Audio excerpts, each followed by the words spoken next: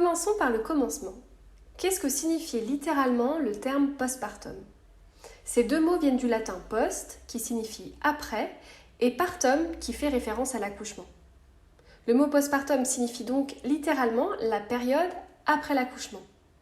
C'est intéressant parce que si on s'en tient à cette étymologie, on peut donc considérer que le postpartum démarre au moment où le bébé et le placenta naissent et s'étend alors sans limite de temps.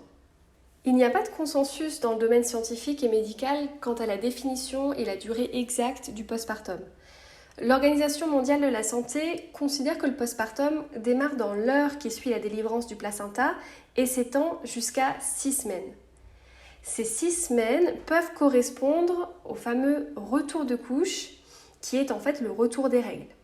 En effet, les règles peuvent réapparaître entre 6 à 8 semaines après l'accouchement.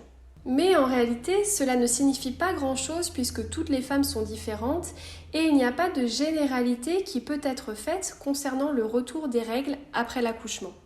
Il y a de multiples facteurs qui entrent en compte dans le retour des règles et le principal est l'allaitement.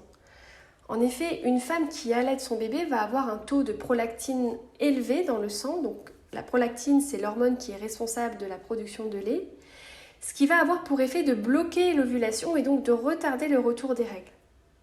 Alors, les règles peuvent revenir beaucoup plus tard, des mois, voire des années après la naissance.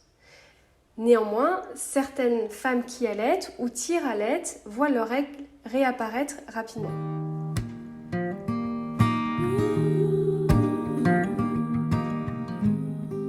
Dans de nombreuses cultures à travers le monde, on retrouve cette période de 6 semaines ou de 40 jours, qui est une période presque sacrée durant laquelle la femme qui vient de donner naissance est choyée par son entourage, qui se relaie et qui veille à prendre soin d'elle, en lui préparant des repas, en la massant, en prenant le relais avec son bébé, et donc en lui permettant de rester allongée le plus longtemps possible, et ainsi de se reposer pour récupérer de l'épreuve de l'accouchement.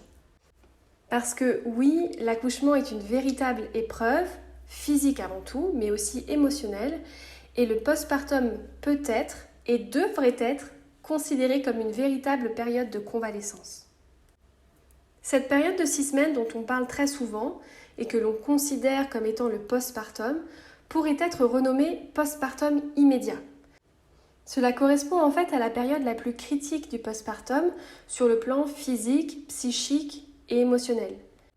Et comme je viens de le dire, c'est une période de convalescence pendant laquelle le corps de la femme est souvent douloureux, il saigne abondamment, il se déleste des fluides qu'il a accumulés au cours de la grossesse, et puis il y a souvent une cicatrice, que ce soit une cicatrice d'épisiotomie, une déchirure ou une cicatrice de césarienne, et la maman peut avoir de vraies difficultés à se mouvoir.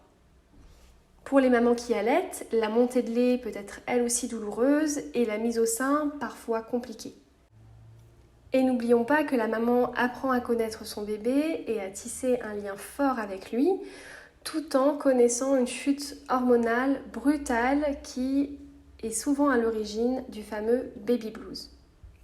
Alors on retrouve d'autres termes pour parler du postpartum, comme par exemple le 4e trimestre de la grossesse, qui a été mis en avant par la sage-femme Ingrid Baillot.